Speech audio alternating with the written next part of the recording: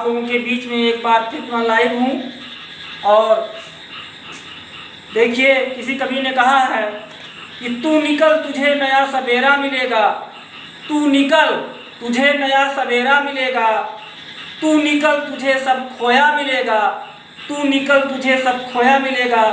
मुस्कुराता मुस्कुराता इंतजार करता हर चेहरा मिलेगा, मुस्कुराता इंतजार करता हर चेहरा मिलेगा। रास्ते में फिर कोई बैठा मिलेगा, रास्ते में फिर कोई बैठा मिलेगा। लेकिन कब मिलेगा? जब आप लोग टीटी और सुपर टीटी का पेपर निकाल के सहायक अध्यापक के पद पर हो जाएंगे। इसी के सिलसिले में आइए टीटी 2014 का जो साल पेपर हम आप लोगों को पढ़ा रहे हैं, उसका लास्ट पार्ट एकदम 3-4 क्वेश्चन बचा है, उसको लगा के आज हम इसको समाप्त करेंगे। क्वेश्चन देखिए, ब्लैक बोर्ड पर लिखा है, यदि किसी वर्ग के विकर्ण को 2 गुना कर दिया जाए, यदि किसी वर्ग के विकर्ण को 2 गुना कर दिया जाए तो उसका क्षेत्रफल होगा। फिर से देख लीजिए सवाल, यदि किसी वर्ग के विकर्ण को 2 गुना कर दिया जाए तो उसका क्षेत्रफल होगा। हम जानते हैं हमारा ये क्या हो गया, हमारा ये वर्ग हो गया। वर्ग का विकर्ण क्या होता है? वर्ग का विकर्ण यही होता है। तो इस मान लीजिए कि हमने माना कि हमने वर्ग का विकर्ण कितना है, x है। हमने मान लिया कि वर्ग का जो विकर्ण है वो x है। हमने मान लिया जो वर्ग का विकर्ण है वो x है। यहाँ भुजाओं से मतलब नहीं है भाई, बहुत लोग भुजा निकालेंगे कि भुजा से काम करेंगे, नहीं। जो पूछे उतना ही काम करना है। क्वेश्चन में जो पूछे हमको वही लगाना है, ज़्यादा बुरा भाग नहीं करना है और बहुत विद्वान भी नहीं बनना है। बहुत लोग विद्वान बनने के चक्कर में मैथमेटिक्स गलत कर देते हैं। उतना ही पढ़ो जितना जरूरी है। देखिए सवाल, तो ये किसी अभी पहले हमने मान लिया कि वर्ग का विकर्ण कितना है, x है। तो जब वर्ग का विकर्ण x है तो इसका क्षेत्रफल क्या होगा, तुरंत निकालो। क्षेत्रफल बराबर क्या होता है, 1/2 गुणे विकर्णों का, 1/2 गुणे विकर्णों का वर्ग। क्षेत्रफल होता है वर्ग का 1/2 गुणे विकर्णों का होल स्क्वायर। तो 1/2 गुणे विकर्ण यहाँ कितना माना अभी, x, तो x का होल स्क्वायर, तो सीधा हो गया ये हमारा 1/2 x स्क्वायर, या इसको लिख सकते हैं x स्क्वायर एकदम x²/2। इसको हम लिख सकते हैं x²/2। अब दूसरी कंडीशन कह रहा है, जब वर्ग का विकर्ण x था तो वर्ग का क्षेत्रफल कितना था, x²/2। जब वर्ग का क्षेत्रफल x था, जब वर्ग की भुजा x थी तो इसका क्षेत्रफल था x²/2। अब वर्ग के विकर्ण को कितना करना है, 2 गुना करना है। जब विकर्ण 2 गुना कर दिया जाए, 2 गुना कर दिया जाए, जब विकर्ण 2 गुना कर दिया जाए, यानी x से कितना कर दिया जाए, x से 2x कर दिया जाए, x से 2x कर दिया जाए, x से 2x कर दिया जाए, तब क्षेत्रफल कितना हो जाएगा। सीधा लगाओ ना भाई, फिर वही सूत्र, 1/2 गुणे 1/2 गुणे, पहले x था विकर्ण, अब विकर्ण को कितना कर दिया गया है, जब विकर्ण को 2 गुना कर दिया जाए, मतलब x से कितना कर दिया जाए, x से 2x कर दिया जाए, तो क्षेत्रफल कितना हो जाएगा, 1/2 गुणे विकर्णों का होल स्क्वायर। विकर्ण हमारा कितना कर दिया गया, 2x कर दिया गया, तो 2x का होल स्क्वायर, तो बराबर हमारा हो गया 1/2 इंटू इधर हो गया 4x²। या इसको हम ऐसे भी लिख सकते हैं, 4 को आगे कर लिया और x² एक कम x² हो गया। ध्यान दीजिएगा, 4 को हमने आगे कर लिया, फिर x² एक कम x² हो गया, और ये जो 2 था यहाँ ये चलाया इसके नीचे, तो x²/2। यानी पहले कितना था, x²/2, अब कितना हो गया 4x²/2। यानी कितने गुना बढ़ गया हमारा ये बढ़ गया है 4 गुना, और दैट इज राइट आंसर। तो 4 गुना इज राइट आंसर। यानी यदि किसी वर्ग के विकर्ण को 2 गुना कर दिया जाए तो उसका क्षेत्रफल 4 गुना बढ़ जाएगा। उसका क्षेत्रफल कितना बढ़ जाएगा, 4 गुना। बहुत अच्छा सवाल है, रिपीट मार सकता है साथियों। एक एक नंबर आपको मैथ में जोड़ना है, एक एक नंबर की कीमत बहुत बड़ी होती है, इसलिए इसका क्षेत्रफल बढ़ जाएगा 4 गुना। अगला सवाल देखिए,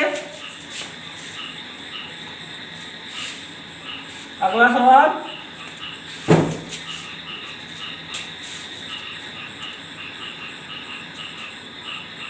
EF एक वृत्त की जीवा है। EF एक वृत्त की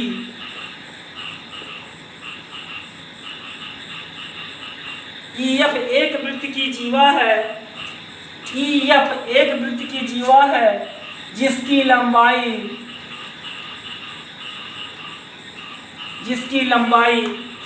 10 सेंटीमीटर है। जिसकी लंबाई 10 सेंटीमीटर है। यदि वृत्त की त्रिज्या 13 सेंटीमीटर हो, यदि वृत्त की त्रिज्या 13 सेंटीमीटर हो, यदि वृत्त की त्रिज्या 13 सेंटीमीटर हो, यदि वृत्त की त्रिज्या 13 सेंटीमीटर हो, तो केंद्र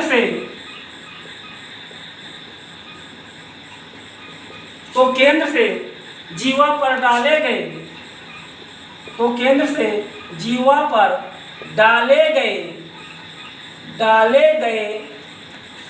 लंब की लंबाई बताइए। डाले गए लंब की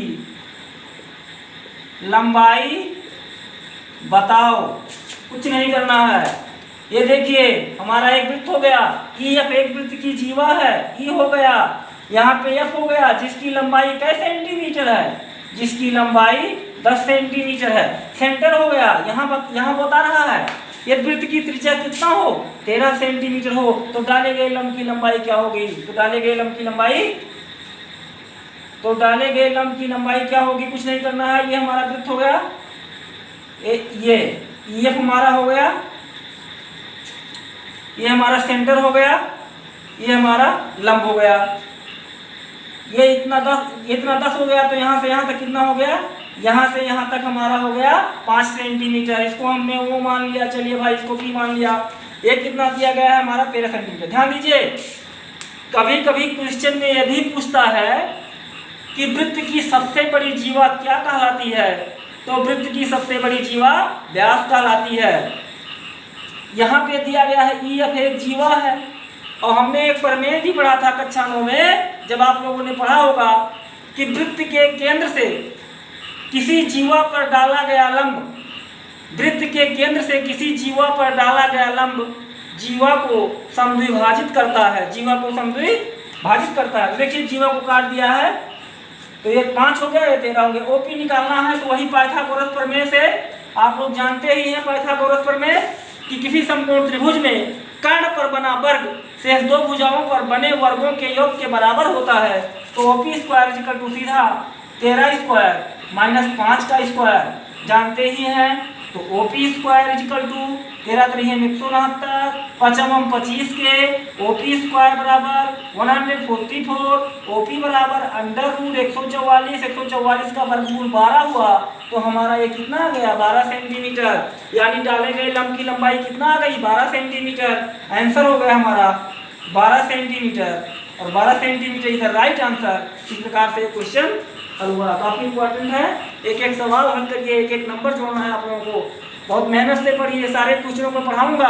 आप हमसे जुड़े, मैं आपसे जुड़ूं, और निवेदन है कि मेरे चैनल को कृपया सब्सक्राइब करें और बहुत मेहनत से लगन से पढ़ें। अगला क्वेश्चन देखिए,